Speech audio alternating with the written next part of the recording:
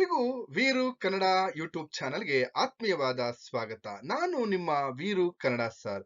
ಇನ್ನೂ ಕೂಡ ನನ್ನ ಚಾನೆಲ್ ಅನ್ನ ಸಬ್ಸ್ಕ್ರೈಬ್ ಮಾಡ್ಕೊಂಡಿಲ್ಲ ಅಂದ್ರೆ ಸಬ್ಸ್ಕ್ರೈಬ್ ಮಾಡ್ಕೊಳ್ಳಿ. ಹಾಗೆ ನಿಮ್ ಸ್ನೇಹಿತರಿಗೂ ಕೂಡ ನನ್ನ ಚಾನೆಲ್ ಬಗ್ಗೆ ತಿಳಿಸಿ ಅಂತ ಹೇಳ್ತಾ, ಹಾಗೆ ಲೈಕ್ ಮಾಡಿ, ಹಾಗೆ ಐಪ್ ಅನ್ನುವಂತಹ ಒಂದು ಸಿಂಬಲ್ ಬರುತ್ತೆ, ಐಪ್ ಕೂಡ ಕೊಡ್ಬೋದು ಅಂತ ಹೇಳ್ತಾ, ಈಗ ನೇರವಾಗಿ 4ನೇ ಸೆಮಿಸ್ಟರ್ BCom ವಿದ್ಯಾರ್ಥಿಗಳಿಗಾಗಿ MR ಮಣಿಕಾಂತ್ ರವರು ಬರೆದಿರ್ತಕ್ಕಂತಹ ಆ ಕೋಟ್ಯಾಧಿಪತಿ ಗುಡಿಸಲಲ್ಲೇ ಉಳಿದ ಅನ್ನುವಂತಹ ಒಂದು ಸ್ಫೂರ್ತಿದಾಯಕ ಕಥೆಯ ಬಗ್ಗೆ ಇವತ್ತಿನ ತರಗತಿಯಲ್ಲಿ ನಾನು ಚರ್ಚೆಯನ್ನ ಮಾಡ್ತಾ ಇದ್ದೀನಿ ಅಂತ ಹೇಳ್ತಾ, ಅದಕ್ಕಿಂತ ಮುಂಚೆ ನೇರವಾಗಿ ನಾವು ಆಶಯವನ್ನ ಗಮನಿಸ್ತಾ ಹೋಗೋಣ.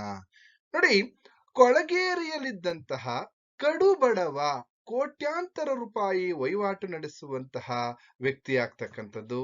ಹಾಗೇನೆ ಇಡೀ ತಮಿಳುನಾಡು ಸರ್ಕಾರ ಫುಡ್ ಕಿಂಗ್ ಅನ್ನುವಂತಹ ಒಂದು ಬಿರುದನ್ನ ಕೊಡ್ತಕ್ಕಂಥದ್ದು. ಈ ವ್ಯಕ್ತಿ ಬೇರೆ ಯಾರು ಅಲ್ಲ, ನಮ್ಮ ಭಾರತ ದೇಶದ ಬಹುದೊಡ್ಡ ಉದ್ಯಮಿ ಶರತ್ ಬಾಬು ಅವರ ಒಂದು ಸಾಧನೆಯ ಒಂದು ಸ್ಫೂರ್ತಿದಾಯಕ ಕಥಾಭಾಗವಾಗಿದೆ ಅಂತ ಹೇಳ್ತಾ, ಈಗ ನೇರವಾಗಿ ಈ ಪಾತ್ರ ಪರಿಚಯವನ್ನ ನೋಡ್ತಾ ಹೋಗೋಣ. ಶರತ್ ಬಾಬು ಹಾಗೆ ಶರತ್ ಬಾಬುವಿನ ತಾಯಿ, ಒಂದೆರಡು ಪಾತ್ರಗಳು ಬರ್ತವೆ. ಈಗ ನೇರವಾಗಿ ನಾವು ಈ ಒಂದು ಕಥಾಭಾಗವನ್ನ ಗಮನಿಸ್ತಾ ಹೋಗೋಣ. ಅದಕ್ಕಿಂತ ಮುಂಚೆ ನಿಮ್ಗೆ ಯಾವ ರೀತಿ ಪ್ರಶ್ನೆಯನ್ನ ಕೇಳ್ತಾರೆ ಅಂತ ನಾವು ಗಮನಿಸೋದಾದ್ರೆ, ಶರತ್ ಬಾಬುವಿಗೆ ಶೈಕ್ಷಣಿಕ ಸಾಧನೆಗೆ ಇಲ್ಲಿ ಸಮಾಜ ತೋರಿದಂತಹ ಪ್ರತಿಕ್ರಿಯೆ, ಅಥವಾ ಶರತ್ ಬಾಬುವಿನ ಶೈಕ್ಷಣಿಕ ಸಾಧನೆಗೆ ಈ ನಮ್ಮ ಸಮಾಜ ತೋರಿದಂತಹ ಪ್ರತಿಕ್ರಿಯೆ, ಸಮಾಜ ಯಾವ ರೀತಿ ಅವನಿಗೆ ರಿಯಾಕ್ಟ್ ಮಾಡ್ತು ಅನ್ನೋದ್ರ ಬಗ್ಗೆ ನೋಡೋಣ.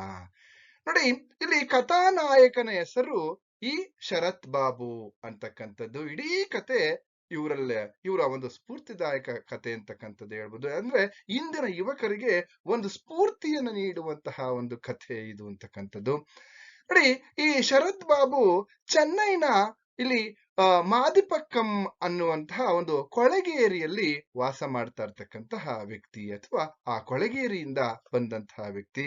ಹಾಗೇನೆ ಸ್ವಂತ ಪ್ರತಿಭೆಯಿಂದಲೇ ತನ್ನ ಓನ್ ಟ್ಯಾಲೆಂಟೆಡ್ ಓನ್ ಟ್ಯಾಲೆಂಟ್ ಇಂದ ಬಂದಂತಹ ಒಬ್ಬ ಪ್ರತಿಭೆ. ನೋಡಿ, ತನ್ನ ಸ್ವಂತ ಪ್ರತಿಭೆಯಿಂದಲೇ Ahmedabad Indian Institute of Management ಕಾಲೇಜಿನಲ್ಲಿ ಸೀಟ್ ಪಡೆದು ಅಲ್ಲಿ MBA ಪದವಿಯನ್ನ ಮುಗಿಸಿ, ಹಾಗೇನೆ ಯೂನಿವರ್ಸಿಟಿಗೆ 2ನೇ ರ್ಯಾಂಕ್ ಅನ್ನ ತೆಗೆದುಕೊಳ್ತಾರೆ ಈ ಶರತ್ ಬಾಬು. ಈ ಹುಡುಗ ರ್ಯಾಂಕ್ ಪಡೆದಿದ್ದನ್ನೆಲ್ಲ ಆ ಸುದ್ದಿ ಪತ್ರಿಕೆಗಳಲ್ಲಿ ಪ್ರಕಟವಾದ ಮರುದಿನವೇ ಅಲ್ಲಿ ಅನೇಕ ಸಾವಿರಾರು ವ್ಯಕ್ತಿಗಳು ಅಲ್ಲಿ ಅವನ ಬಂಧುಗಳಾಗಿ ಉಟ್ಕೊಳ್ತಕ್ಕಂಥದ್ದು. ಎಷ್ಟೋ ದಿನದ ಇಲ್ಲಿ ನೆಂಟರಿಷ್ಟ್ರೇನೋ ಅನ್ನೋ ರೀತಿಯಲ್ಲಿ ಉಟ್ಕೊಳ್ತಕ್ಕಂಥದ್ದು. ಎಷ್ಟೊಂದು ಜನ ಇಲ್ಲಿ ಆ ಕಾಲೇಜಿನ ಪ್ರಾಂಶುಪಾಲರ ಹತ್ತಿರ ವಿಳಾಸವನ್ನ ತೆಗೆದುಕೊಂಡು ಅಲ್ಲಿ ದೊಡ್ಡ ದೊಡ್ಡ ಮಲ್ಟಿನ್ಯಾಷನಲ್ ಕಂಪನಿಗಳು ಕೂಡ ಏನ್ ಮಾಡ್ತಾವಪ್ಪ, ಅಥವಾ ಬಹುರಾಷ್ಟ್ರೀಯ ಕಂಪನಿಗಳು ಕೂಡ ನಮ್ಮ ಕಂಪನಿಗೆ ನೀನ್ ಬಾ, ತಿಂಗಳಿಗೆ ನಾವು 1.5 ಲಕ್ಷ ಸಂಬಳವನ್ನ ಕೊಡ್ತೇವೆ ಅಂತ ಹೇಳ್ತಕ್ಕಂಥದ್ದು. ಹಾಗೇನೆ ಇನ್ನೊಂದ್ ಕಡೆ ಅನೇಕ ಶ್ರೀಮಂತರು ಬಂದು ತಮ್ಮ ಮಗಳ ಫೋಟೋವನ್ನು ತೋರಿಸಿ, ಬಾ ನೀನ್ ಸುಮ್ನೆ ಒಪ್ಪೋ, ನಮ್ಮ ಮನೆ ಹಳಿಯನಾಗಿ ಇರು ಅಂತಕ್ಕಂತಹ ಈ ಆಸೆ ಆಮಿಷಗಳನ್ನ ಒಡ್ಡುವಂತಹ ಒಂದು ಕೆಲಸವನ್ನ ಮಾಡ್ತಾರೆ. ಈ ರೀತಿ ಅಲ್ಲಿ ಇರ್ತಕ್ಕಂತಹ ಸಮಾಜ ಪ್ರತಿಕ್ರಿಯಿಸ್ತಾ ಇತ್ತು ಅಂತಕ್ಕಂಥ ನಾವು ಗಮನಿಸ್ತಾ ಹೋಗ್ಬೋದು. ಅಲ್ಲಿರ್ತಕ್ಕಂತಹ ಮಲ್ಟಿನ್ಯಾಷನಲ್ ಕಂಪನಿಗಳು ಏನ್ ಮಾಡ್ತಾ ಇದ್ವಪ್ಪ ಅಂದ್ರೆ 1.5 ಲಕ್ಷ ಸಂಬಳವನ್ನ ಕೊಡ್ತೀವಿ ಅಂತಕ್ಕಂಥದ್ದು. ಹಾಗೇನೆ ಶ್ರೀಮಂತರು ತಮ್ಮ ಮಗಳಿಗೆ ಫೋಟೋವನ್ನು ತೋರಿಸಿ, ಬಾ ನಮ್ಮ ಮನೆಯ ಅಳಿಯನಾಗಿ ಆರಾಮಾಗಿ ಇರುವಂತಕ್ಕಂತಹದ ಒಂದು ಆಮಿಷಗಳನ್ನ ತೋರಿಸ್ತಾ ಇದ್ರು ಅಂತಕ್ಕಂಥದ್ದು. ಅಂದ್ರೆ ಅವನ ಟ್ಯಾಲೆಂಟ್ಗೆ ಅಥವಾ ಅವನ ಒಂದು ಸ್ವಂತ ಪ್ರತಿಭೆಗೆ ಯಾವ ರೀತಿ ಇಡೀ ಸಮಾಜ ಪ್ರತಿಕ್ರಿಯಿಸ್ತು ಅಂತಕ್ಕಂಥದ್ದನ್ನ ನಾವು ಗಮನಿಸ್ತಾ ಹೋಗ್ಬೋದು. ಅಷ್ಟೇ ಅಲ್ಲದೆ, ಕೊಳಗೇರಿಯಿಂದ ಬಂದಂತಹ ಈ ವ್ಯಕ್ತಿ MBA ನಲ್ಲಿ ರ್ಯಾಂಕ್ ಪಡೆದ ಶರತ್ ಬಾಬುವಿಗೆ ಸರ್ಕಾರಿ ನೌಕರಿ ನೀಡಲು ತಮಿಳುನಾಡು ಸರ್ಕಾರ ಘೋಷಿಸಲ್ಪಟ್ಟಿತ್ತು. ಯಾಕೆಂತಂದ್ರೆ ಈ ಬಡವ ವಿದ್ಯಾರ್ಥಿ ಒಂದ್ ಕಡೆ ಈ ಬಡ ವಿದ್ಯಾರ್ಥಿಗೆ ತಮಿಳುನಾಡು ಸರ್ಕಾರ ಏನ್ ಮಾಡ್ತಪ್ಪ ಅಂದ್ರೆ ಸರ್ಕಾರಿ ನೌಕರಿಯನ್ನ ಕೊಡ್ತೀವಿ ಅಂತ ಇಲ್ಲಿ ಘೋಷಣೆಯನ್ನು ಕೂಡ ಮಾಡುತ್ತೆ. ಹಾಗೇನೆ ಈ ಎಲ್ಲಾ ವಿಚಾರಗಳಿಂದ ಇದ್ಯಾವುದೂ ಕೂಡ ನನಗೆ ಸಂಬಂಧ ಇಲ್ವೇನೋ ಅನ್ನೋ ರೀತಿಯಲ್ಲಿ ವರ್ತಿಸಿದಂತಹ ವ್ಯಕ್ತಿ ಶರತ್ ಬಾಬು. ಯಾಕೆಂದ್ರೆ ಇವ್ಯಾವುದ್ರ ಬಗ್ಗೆನೂ ಕೂಡ ಆ ವ್ಯಕ್ತಿ ತಲೆನೇ ಕೆಡಿಸ್ಕೊಳ್ಳಿಲ್ಲ. ಕ್ಷಮಿಸಿ, ನಾನು ಯಾರ ಕೈ ಕೆಳಗೂ ಕೆಲಸ ಮಾಡಲು ಸಿದ್ಧನಿಲ್ಲ ಅನ್ನುವಂತಹ ಮಾತನ್ನ ಇಲ್ಲಿ ಶರತ್ ಬಾಬು ಅವರು ಹೇಳ್ತಾರೆ. ನಾನು ಯಾರ ಕೈ ಕೆಳಗುನು ಕೆಲಸ ಮಾಡೋದಿಲ್ಲ, ನನ್ನದೇ ಆದಂತಹ ಹೋಟೆಲ್ ಬಿಸ್ನೆಸ್ ಅನ್ನ ಶುರು ಮಾಡ್ತೀನಿ, ನನ್ನದೇ ಆದಂತಹ ಹೋಟೆಲ್ ಅನ್ನ ಶುರು ಮಾಡ್ತೀನಿ ಅಂತ ಹೇಳ್ತಾರೆ. ಆಗ ಈ ಮಾತನ್ನ ಕೇಳಿದಂತಹ ಎಷ್ಟೋ ಜನ ಕನ್ಯಾಪಿತೃಗಳು ಅಂದ್ರೆ ಇಲ್ಲಿ ಹೆಣ್ಣು ಮಕ್ಕಳನ್ನ ಕೊಡೋದಕ್ಕೆ ಬಂದಿರ್ತಕ್ಕಂತಹ ಅಳಿಯನನ್ನ ಮಾಡ್ಕೊಳಕ್ಕೆ ಬಂದಿರ್ತಕ್ಕಂತಹ ವ್ಯಕ್ತಿಗಳೆಲ್ಲರೂ ಕೂಡ ಅಯ್ಯೋ ದಿಢೀರನೆ ಹುಟ್ಟಿಕೊಂಡಂತಹ ಬಂಧುಗಳು ಹಾಗೆ ಮಾಯವಾಗ್ತಾರೆ. ಯಾವಾಗ ನನ್ನದೇ ಆದಂತಹ ಒಂದು ಹೋಟೆಲ್ ಬಿಸ್ನೆಸ್ ಅನ್ನ ಮಾಡ್ತೀನಿ ಅಂತ ಹೇಳ್ತಾರೆ, ಆಗ ಎಲ್ರು ಇದ್ದಕ್ಕಿದ್ದ ಹಾಗೆ ದಿಢೀರಂತ ಉಟ್ಕೊಂಡಿರ್ತಕ್ಕಂತ ಆ ಸಂಬಂಧಿಕರು ಅಥವಾ ಸಮಾಜದಲ್ಲಿ ಪ್ರತಿಕ್ರಿಯಿಸ್ತಾ ಇದ್ರು ಎಲ್ಲರೂ ಕೂಡ ಹೊರಟೋಗ್ತಾರೆ. ಸರಿ, ಇದೆಲ್ಲ ಆದ್ಮೇಲೆ ಕೊನೆಗೆ ಮಲ್ಟಿನ್ಯಾಷನಲ್ ಕಂಪನಿ ಅಲ್ಲೆಲ್ಲ ಎಲ್ಲೋ ಒಂದ್ ಕಡೆ ಅಲ್ಲಿರ್ತಕ್ಕಂತಹ ಕೆಲವು ವ್ಯಕ್ತಿಗಳು ಮಾತಾಡ್ತಾ ಇರ್ತಾರೆ, ಅಲ್ಲ ಮಲ್ಟಿನ್ಯಾಷನಲ್ ಕಂಪನಿಗೆ ಸೇರ್ಕೊಳ್ಳೋದಲ್ವೇನೋ ಲಕ್ಷಾನ್ಗಟ್ಲೆ ಸಂಬಳ ಬರುತ್ತೆ, ಹಾಗೇನೆ ಅಲ್ಲಿ ಆರಾಮಾಗಿರ್ಬೋದು. ಸ್ವಂತ ಬಿಸ್ನೆಸ್ ಅಂತ ಅಂದ್ರೆ ಅದು ಒಂದ್ ರೀತಿಲಿ ತಂತಿ ಮೇಲಿನ ನಡಿಗೆ ಅನ್ನುವಂತಹ ವಿಚಾರಗಳನ್ನು ಕೂಡ ಅಲ್ಲಿ ಮಾತನಾಡ್ತಾ ಇದ್ರು. ಇನ್ ಕೆಲವ್ರು ಏನ್ ಮಾಡ್ತಾ ಇದ್ರಪ್ಪ ಅಂದ್ರೆ, ಅಯ್ಯೋ ಇವನಿಗೆ ಓದಿ ಓದಿ ತಲೆ ಕೆಟ್ಟೋಗಿದೆ ಅಂತ ಕೊಂಕು ಮಾತನ್ನ ಹಾಡಿ ಹೋಗ್ತಾ ಇರ್ತಕ್ಕಂಥದ್ದು. ಈಗ ಇದೆಲ್ಲವನ್ನ ಮಾಡ್ತಾ ಇವರ ಯಾವ ಮಾತಿಗೂ ಕೂಡ ಶರತ್ ಬಾಬು ಅಧೀರರಾಗ್ಲಿಲ್ಲ ಅಂತಕ್ಕಂಥದ್ದು. ಹಾಗೇನೆ ಇನ್ನೊಂದ್ ಕಡೆ ಬದಲಿಗೆ ನಾನು MBA ಪದವಿಯನ್ನ ಪಡೆದ ಅಹಮದಾಬಾದ್ ನಲ್ಲಿಯೇ 2006 ಆಗಸ್ಟ್ 15ರಂದು ಒಂದು ಕ್ಯಾಂಟೀನ್ ಅನ್ನ ಆರಂಭಿಸೇ ಬಿಡ್ತಾರೆ. ಅವ್ರು ಏನ್ ಹೇಳಿದ್ರು, ನಾನು ಸ್ವಂತ ಹೋಟೆಲ್ ಅನ್ನ ಪ್ರಾರಂಭ ಮಾಡ್ತೀನಿ ಅಂತ ಹೇಳಿದ್ರು. ಹಾಗೇನೆ 2006 ಆಗಸ್ಟ್ 15ರಂದು ಅಲ್ಲಿ ಒಂದು ಹೋಟೆಲ್ ಅನ್ನ ಅಥವಾ ಒಂದು ಕ್ಯಾಂಟೀನ್ ಅನ್ನ ಪ್ರಾರಂಭ ಮಾಡ್ತಾರೆ. ನೆನ್ಪಿಟ್ಕೊಳ್ಳಿ, ಶರತ್ ಬಾಬುವಿನ ಗುರಿ ಏನಪ್ಪಾ ಅಂದ್ರೆ ಅವನು ತನ್ನ ಒಂದು ಸ್ವಂತ ಬಿಸ್ನೆಸ್ ಅನ್ನ ಮಾಡ್ಬೇಕು, ಸ್ವಂತ ಹೋಟೆಲ್ ಅನ್ನ ಮಾಡ್ಬೇಕು ಅನ್ನುವಂತಹ ಒಂದು ಕನಸು ಅಥವಾ ಒಂದು ಗುರಿ ಆಗಿತ್ತು. ಅದೇ ರೀತಿ ಕ್ಯಾಂಟೀನ್ ಅನ್ನ ಓಪನ್ ಮಾಡಿದ್ರು. ಓಪನ್ ಮಾಡಿದಂತ ಸಂದರ್ಭದಲ್ಲಿ ಎಲ್ಲೋ ಒಂದ್ ಕಡೆ ಅದು ಅವನಿಗೆ ಶುಭವಾಗುತ್ತದೆ ಎಂಬಂತಹ ಸಾಕ್ಷಿಯಾಗಿಯೇ ಅಲ್ಲಿ ಯಾವ ಆ ಹಲ್ಲಿಗಳು ಲಚಗುಡ್ಲಿಲ್ಲ, ಹಾಗೇನೆ ಯಾವ ಜ್ಯೋತಿಷಿಯೂ ಕೂಡ ಅಲ್ಲಿ ಹೇಳಿಲ್ಲ ಅಂತಕ್ಕಂಥದ್ದು. ಒಂದ್ ಕಡೆ ತನ್ನ ಸ್ವಂತ ನಿರ್ಧಾರವನ್ನ ಧೈರ್ಯವಾಗಿ ಮುಂದೆ ಅವರು ಕ್ಯಾಂಟೀನ್ ಅನ್ನ ಪ್ರಾರಂಭ ಮಾಡ್ತಾರೆ. ಇಲ್ಲಿ ರಿಸ್ಕ್ ತೆಗೆದುಕೊಳ್ಳೋದ್ರಲ್ಲಿ ಶರತ್ ಬಾಬು ನಿರ್ಧರಿಸಿದ್ರು. ಯಾಕೆಂದ್ರೆ ಅವ್ರು ಯಾವಾಗಲೂ ಕೂಡ ಆ ಕಡು ಬಡತನದಿಂದ ಬಂದಿರತಕ್ಕಂತಹ ಪ್ರತಿಭೆ. ಹಾಗಾಗಿ ಬಡವರಿಗೆ ಕೈ ತುಂಬಾ ಸಂಬಳ ತರುವಂತಹ ಇಲ್ಲಿ ಕೆಲಸ ಸಿಗುವುದೇ ಇಲ್ಲ. ಹಾಗಾಗಿ ಎಲ್ಲೋ ಒಂದ್ ಕಡೆ ಇಲ್ಲಿ ರಿಸ್ಕ್ ಅನ್ನ ತೆಗೆದುಕೊಳ್ಳೋಣ ಅಂತ ಅವರು ರಿಸ್ಕ್ ತೆಗೆದುಕೊಳ್ತಕ್ಕಂಥದ್ದು ಕ್ಯಾಂಟೀನ್ ಅನ್ನ ಪ್ರಾರಂಭ ಮಾಡಿ, ಆಮೇಲೆ ಎಲ್ಲಾ ಸಮಸ್ಯೆಗಳನ್ನ ಅರ್ಥ ಮಾಡಿಕೊಳ್ಳುವಂತಹ ಒಂದು ಪ್ರತಿಭೆ ಅಥವಾ ಒಂದು ಶಕ್ತಿ ಅವರಲ್ಲಿ ಇತ್ತು ಅಂತಕ್ಕಂಥದ್ದು. ಹಾಗೇನೆ ಶರತ್ ಬಾಬುವಿನ ತಾಯಿ ಇಲ್ಲಿ ಇನ್ನೊಂದು ಪ್ರಶ್ನೆಯನ್ನ ನಮಗೆ ಕೇಳ್ತಾರೆ ನೋಡಿ. ಶರತ್ ಬಾಬುವಿನ ತಾಯಿಯ ದುಡಿಮೆಯ ರೀತಿಯನ್ನ ವಿಷಾದಪಡಿಸಿ ಅವ್ರ ತಾಯಿ ಏನ್ ಕೆಲಸ ಮಾಡ್ತಾ ಇದ್ರು ಅಂತ ನೋಡೋದಾದ್ರೆ, ಶರತ್ ಬಾಬುವಿನ ತಾಯಿ ಇಲ್ಲಿ ಅಂಗನವಾಡಿಯಲ್ಲಿ ಆಯಾ ಕೆಲಸವನ್ನ ಮಾಡ್ತಾ ಇರ್ತಾರೆ. ಅವ್ರಿಗೆ ತಿಂಗಳಿಗೆ 800 ರೂಪಾಯಿ ಸಂಬಳ ಬರ್ತಾ ಇರುತ್ತೆ. ಹಾಗೇನೆ ಅವರ ಇಲ್ಲಿ ಶರತ್ ಬಾಬುವಿನ ಇಲ್ಲಿ ತಂದೆ ಕೂಲಿ ಮಾಡ್ತಾ ಇರ್ತಾರೆ. ಹೀಗೆ ಮನೆ ನಿರ್ವಹಣೆ ಇಬ್ಬರ ದುಡಿಮೆಯಲ್ಲಿ ತುಂಬಾ ಎಲ್ಲೋ ಒಂದ್ ಕಡೆ ಕಷ್ಟ ಅನಿಸ್ದಾಗ ಬೆಳಗಿನ 3 ಗಂಟೆಗೆ ಏಳುತ್ತಿದ್ದಂತಹ ಶರತ್ ಬಾಬುವಿನ ತಾಯಿ ಇಲ್ಲ ಒಂದ್ ಕಡೆ ಆ ಹೊತ್ತು ಮೂಡುವ ವೇಳೆಗೆ ಸುಮಾರು 100ಕ್ಕೂ ಹೆಚ್ಚು ಇಡ್ಲಿಯನ್ನ ಬೇಯಿಸ್ತಾ ಇದ್ರು. ಅವ್ರ ತಾಯಿ ಏನ್ ಮಾಡ್ತಾ ಇದ್ರಪ್ಪ ಅಂದ್ರೆ ಬೆಳಗ್ಗೆ 3 ಗಂಟೆಗೆ ಎದ್ದು ಒಂದು 100 ಇಡ್ಲಿಯನ್ನ ಬೇಯಿಸ್ಕೊಡ್ತಾ ಇದ್ರು. ಅಲ್ಲಿ ಇಲ್ಲ ಒಂದ್ ಕಡೆ ಬೇಯಿಸಿ ಆ ನಂತರ ಅದೇ ಕೊಳಗೇರಿಯಲ್ಲಿ ಇಲ್ಲಿ ಮಾರಾಟವನ್ನ ಮಾಡ್ತಾ ಇದ್ರು. ಅದರಿಂದ ಸುಮಾರು ಒಂದು 2,000 ಹಣ ಸಂಪಾದನೆ ಮಾಡ್ತಾ ಇದ್ರು ಅವ್ರ ತಾಯಿ. ಹಾಗಾಗಿ ಅವ್ರಿಗೆ ಇಲ್ಲಿ ಏನೋ ಒಂದ್ ಕಡೆ ತಿಂಗಳಿಗೆ ಒಂದು 2,800 ರೂಪಾಯಿ ಅವ್ರ ತಾಯಿ ಸಂಪಾದನೆ ಮಾಡ್ತಾ ಇದ್ರು. ಒಂದ್ ಕಡೆ ಇಲ್ಲಿ ಇದನ್ನೇ ಸ್ಫೂರ್ತಿಯಾಗಿ ಪಡ್ಕೊಂಡಂತವ್ರು ನೋಡು, ನಮ್ ತಾಯಿ ಯಾವ ರೀತಿ ಕಷ್ಟ ಪಡ್ತಾ ಇದ್ದಾರೆ ನೋಡಿ. ಶರತ್ ಬಾಬುವಿನ ತಾಯಿ ಮಾಡುತ್ತಿದ್ದಂತಹ ಇಡ್ಲಿ ವ್ಯಾಪಾರವೇ ಶರತ್ ಬಾಬುವಿಗೆ ಸ್ವಂತ ದುಡಿಮೆಗೆ ಸ್ಫೂರ್ತಿಯಾಗಿತ್ತು ಅಂತಕ್ಕಂಥದ್ದು ನಾವಿಲ್ಲಿ ಗಮನಿಸ್ತಾ ಹೋಗ್ಬೋದು. ನಮ್ ತಾಯಿನೇ ಈ ರೀತಿ ಕಷ್ಟಪಟ್ಟು ಮಾಡ್ತಾ ಇದ್ದಾರೆ, ನಾನು ಯಾಕೆ ಒಂದು ಸ್ವಂತ ದುಡಿಮೆಯನ್ನ ಪ್ರಾರಂಭಿಸಬಾರ್ದು ಅಂತಕ್ಕಂಥದ್ದು. ಹಾಗೇನೆ MBA ಪದವಿಯನ್ನ ಪಡೆದ ನಂತರ ಶರತ್ ಬಾಬು ಸ್ವಂತ ಉದ್ದಿಮೆಯನ್ನ ಆರಂಭಿಸಲು ಅವರ ತಾಯಿ ಮಾಡಿರ್ತಕ್ಕಂಥ ಒಂದು ಘಟನೆ ಪ್ರೇರಣೆ ಆಯ್ತು. ಸರಿ, ಆ ಹುಡುಗ ಎಲ್ಲಾ ವ್ಯವಹಾರದಲ್ಲಿಯೂ ಕೂಡ ಹೊಸಬ ಎಂದು ಅಥವಾ ತಕ್ಷಣ ಹೆಜ್ಜೆ ಹೆಜ್ಜೆಗೂ ಕೆಲವರು ಮೋಸ ಮಾಡ್ತಾರೆ. ಕ್ಯಾಂಟೀನ್ ಅನ್ನ ಪ್ರಾರಂಭ ಮಾಡಿದಾಗ ಇನ್ ಕೆಲವರು ಅಡ್ವಾನ್ಸ್ ಅನ್ನ ಪಡ್ಕೊಂಡು ನಾಪತ್ತೆ ಆಗ್ತಾರೆ. ಒಂದು ಕಡೆ ನಂಬಿಕೊಂಡು ಇಲ್ಲಿ ಎಲ್ಲ ಒಂದ್ ಕಡೆ ಇಲ್ಲಿ ಲಾಭ ಮಾಡೋದು ಕಷ್ಟ. ಹಾಗಾಗಿ ಕೆಲವರು ಹೇಳ್ತಾ ಇದ್ರು, ಒಂದೇ ಬ್ರಾಂಚ್ ಇದ್ರೆ ತುಂಬಾ ಕಷ್ಟ ಆಗುತ್ತೆ. ಯಾಕೆಂದ್ರೆ ಇನ್ನೊಂದ್ 2-3 ಬ್ರಾಂಚ್ ಇದ್ರೆ ಎಲ್ಲೋ ಒಂದ್ ಕಡೆ ನಿಮ್ಗೆ ಒಂದ್ ಕಡೆ ಲಾಸ್ ಆದ್ರೆ ಇನ್ನೊಂದ್ ಕಡೆ ಲಾಭ ಆಗುತ್ತೆ ಅಂತ ಕೆಲವು ವ್ಯಕ್ತಿಗಳು ಹೇಳಿದಾಗ ಹಾಗೂ ಕೂಡ ಮಾಡ್ತಾರೆ. ಬ್ಯಾಂಕ್ ಅಲ್ಲಿ ಸಾಲ ಸೋಲ ಪಡ್ಕೊಂಡು ಹೋಟೆಲ್ಗಳನ್ನ ಪ್ರಾರಂಭ ಮಾಡ್ತಾರೆ. ಆದ್ರೆ ಎಲ್ಲೋ ಒಂದ್ ಕಡೆ ಇಲ್ಲಿ ಸುಮಾರು ಇಲ್ಲಿ 2006 ಆ ಅಕ್ಟೋಬರ್ 2ರಂದು ಅಹಮದಾಬಾದ್ನಲ್ಲಿ ಏನೋ ಒಂದ್ ಮೂಲೆಯಲ್ಲಿ 2ನೇ ಹೋಟೆಲ್ ಕೂಡ ಶುರು ಮಾಡ್ತಾರೆ. ಇದರ ಪರಿಣಾಮ ಮಾತ್ರ ಕೆಟ್ಟದ್ದಾಗಿತ್ತು. ಇಲ್ಲಿ 1-2 ಹೋಟೆಲ್ಗಳನ್ನ ಪ್ರಾರಂಭ ಮಾಡಿದ್ರು ಕೂಡ ಅವರಿಗೆ ಯಾವುದೇ ರೀತಿಯಾದಂತಹ ಲಾಭಗಳು ಆಗ್ಲಿಲ್ಲ. ಸುಮಾರು 20 ಲಕ್ಷಗಳು ಆ ಸಾಲ ಅವರ ತಲೆ ಮೇಲೆ ಬಂತು. ಯಾಕಂದ್ರೆ ಎಲ್ಲೂ ಕೂಡ ಹೋಟೆಲ್ ಬಿಸ್ನೆಸ್ ಇವ್ರಿಗೇನಪ್ಪಾ ಅಂತಂದ್ರೆ ಕ್ಲಿಕ್ ಆಗ್ಲಿಲ್ಲ. ಆ ಸಂದರ್ಭದಲ್ಲಿ 2 ಲಕ್ಷ ರೂಪಾಯಿ ಇವ್ರಿಗೆ ಲಾಸ್ ಆಯ್ತು. ಈ ಲಾಸ್ ಆದಂತ ಸಂದರ್ಭದಲ್ಲಿ ಅಷ್ಟಕ್ಕೆ ಅವ್ರೇನಪ್ಪಾ ಅಂತಂದ್ರೆ ನಿಲ್ಲಿಸ್ಲಿಲ್ಲ. ಯಾಕೆಂತಂದ್ರೆ ನೋಡೋಣ ಇನ್ನೂ ಪ್ರಯತ್ನ ಪಟ್ರು. ಅದಾದ್ಮೇಲೆ ಇನ್ನೊಂದ್ ಕಡೆ ಸಮಾಧಾನ ಮಾಡಲಿಕ್ಕೆ ಈ ತರ ಆದಂತ ಸಂದರ್ಭದಲ್ಲಿ ಮಗ ಬ್ಯಾಂಕಿನಿಂದ 2 ಲಕ್ಷ ಸಾಲ ಮಾಡಿದ್ದಾನೆ. ಮಾಡಿರ್ತಕ್ಕಂಥದ್ದು ಏನಕ್ಕೆ? ಅವನು ಎಲ್ಲೋ ಒಂದ್ ಕಡೆ ಉದ್ಯೋಗಕ್ಕೋಸ್ಕರ ಅಂತ ಹೇಳಿ ಬೇರೆಯವರಿಗೆ ಉದ್ಯೋಗವನ್ನ ಕೊಡ್ಬೇಕು ಅನ್ನುವಂತಹ ಒಂದು ಮನೋದಾಶೆಯನ್ನ ಹೊಂದಿರತಕ್ಕಂತಹ ಪ್ರತಿಭೆ. ಸರ್, ಇಷ್ಟೆಲ್ಲ ಆದ್ಮೇಲೆ ಈ ಸಮಾಧಾನ ಮಾಡಲಿಕ್ಕೆ ತಾಯಿ ಅವರನ್ನ ಕಷ್ಟದಲ್ಲಿ ಸಮಾಧಾನವನ್ನ ಮಾಡಿದ್ರು. ಹೀಗೆ ಸಮಾಧಾನದಿಂದ ಎಲ್ಲ ಒಂದ್ ಕಡೆ ಸಾಲ ತೀರುತ್ತಾ ಇಲ್ಲ. ಕೊನೆಗೆ ಏನ್ ಮಾಡಿದ್ರು, ಈ ಮಧ್ಯೆ ಒಂದು ಹಾಸ್ಟೆಲ್ ಇಲ್ಲಿ ಊಟವನ್ನ ಪೂರೈಸಲು ಒಂದು ಕ್ಯಾಟರಿಂಗ್ ಅನ್ನ ಪಡೆಯಲು ಮುಂಬೈಗೆ ಹೋದ್ರು. ಇಲ್ಲಿ ಯಾವುದೋ ಒಂದು ಹಾಸ್ಟೆಲ್ಗೆ ಇಲ್ಲಿ ಊಟವನ್ನ ಕೊಡ್ಬೇಕು ಅನ್ನುವಂತಹ ಒಂದು ಆ ಕರೆ ಬರುತ್ತೆ. ಅದಕ್ಕೆ ಮುಂಬೈಗೆ ಹೋಗ್ತಾರೆ. ಆಗ ಅಲ್ಲಿ ಹೋದಾಗ ರೈಲು ಮಿಸ್ ಆಗುತ್ತೆ.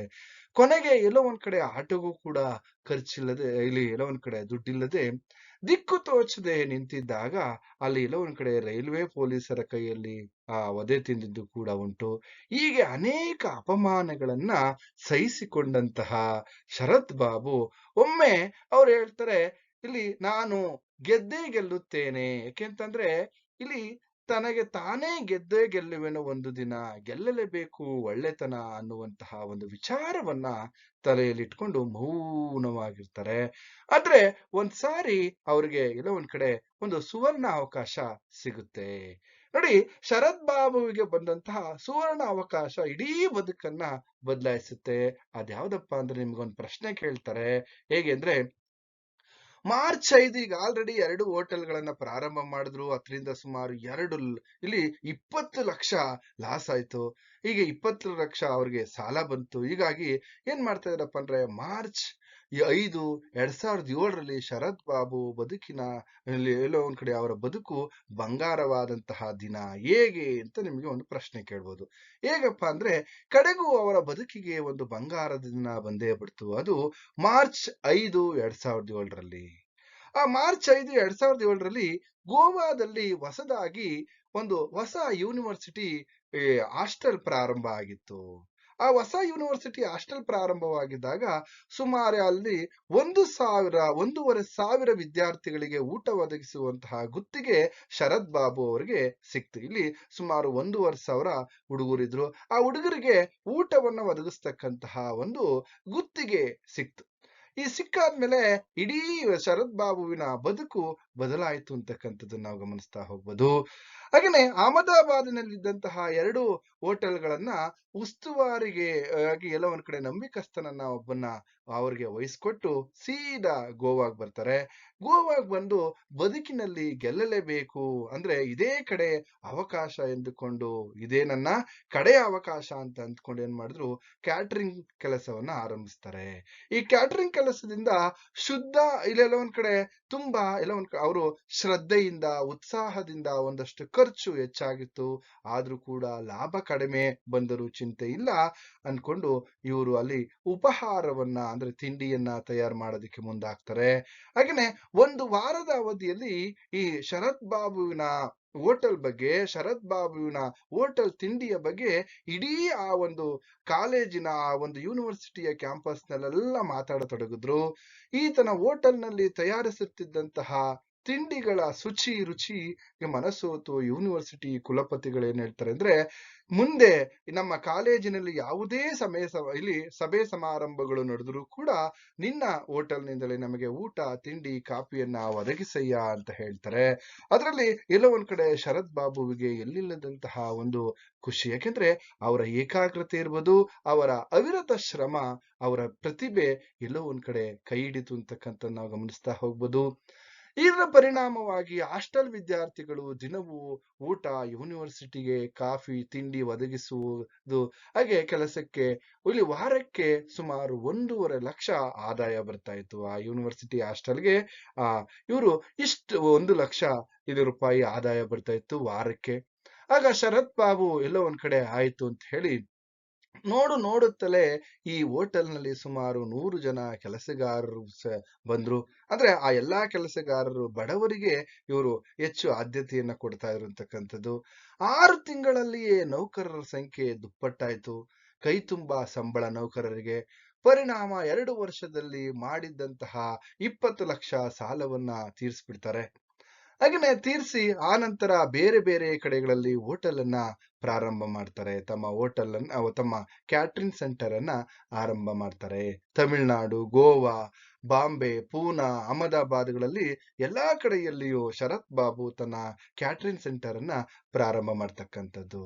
ಈಗ ಶರತ್ ಬಾಬುವಿನ ವಾರ್ಷಿಕ ಆದಾಯ ಸುಮಾರು 4 ಕೋಟಿ ದಾಟಿದೆ ಅಂತಕ್ಕಂಥದ್ದು. ನೋಡಿ ಯಾವ ರೀತಿ ಅವರು ಬೆಳೆದ್ರು ಅಂತಕ್ಕಂಥದ್ದು.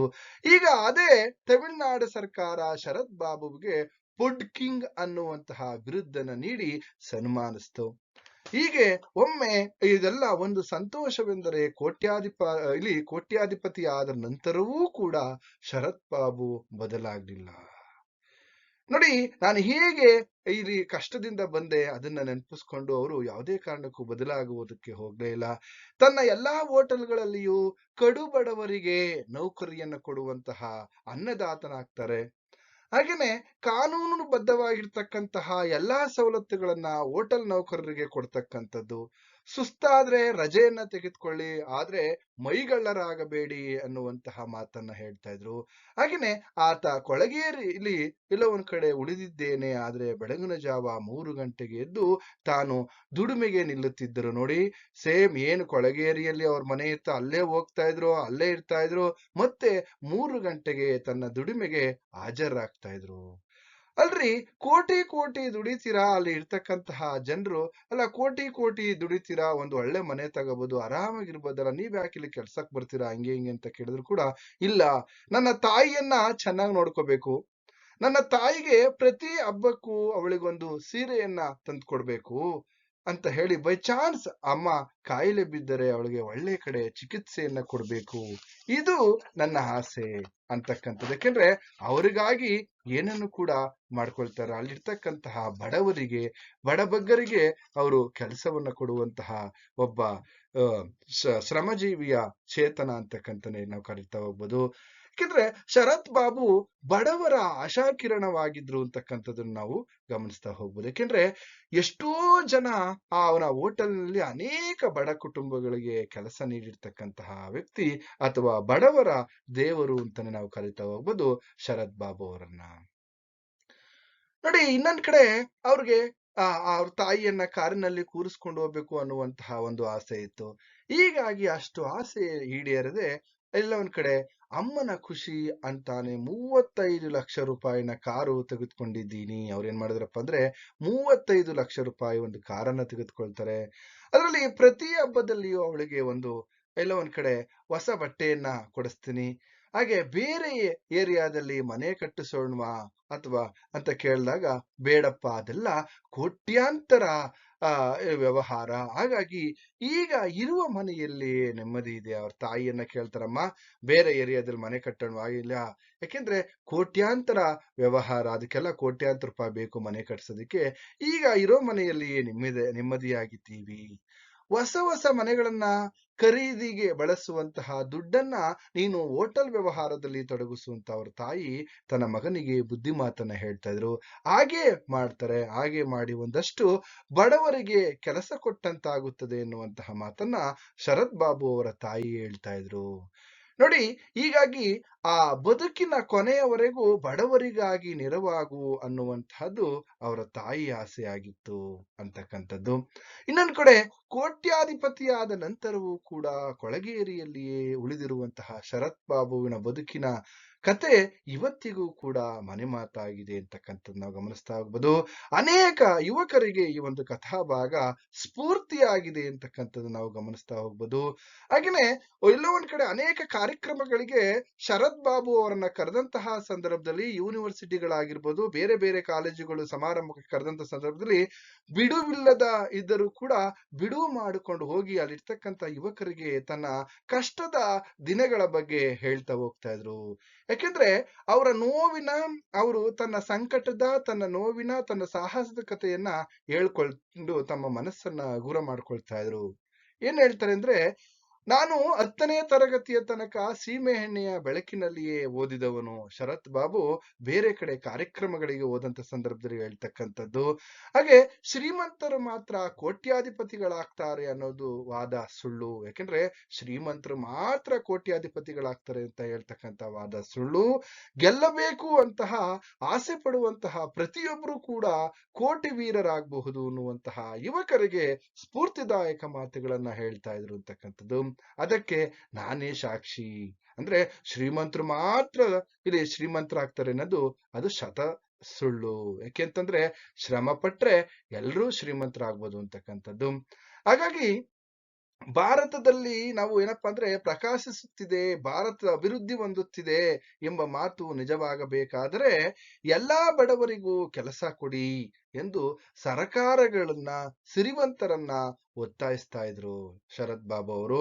ಹಾಗೆ ಎಲ್ಲ ಒಂದ್ ಕಡೆ ಮೇರಾ ಭಾರತ್ ಮಹಾನ್ ಎಂದು ಖುಷಿಯಾಗಿ ಇರ್ತಕ್ಕಂಥದ್ದು. ಯಾಕೆಂದ್ರೆ ನಮ್ಮ ಭಾರತ ದೇಶ ಅಭಿವೃದ್ಧಿ ಹೊಂದಬೇಕು ಅಂತಂದ್ರೆ ಬಡವರಿಗೆ ನಾವು ಕೆಲಸವನ್ನ ಕೊಡ್ಬೇಕು ಅಂತಕ್ಕಂಥದ್ದು. ಇನ್ನೊಂದ್ ಕಡೆ ಎಲ್ಲಾ ಯುವಕರಿಗೂ ಏನ್ ಹೇಳ್ತಾ ಇದ್ರಪ್ಪ ಅಂದ್ರೆ, ಶ್ರೀಮಂತರೇ ಇಲ್ಲಿ ಶ್ರೀಮಂತರಾಗೋದಿಲ್ಲ.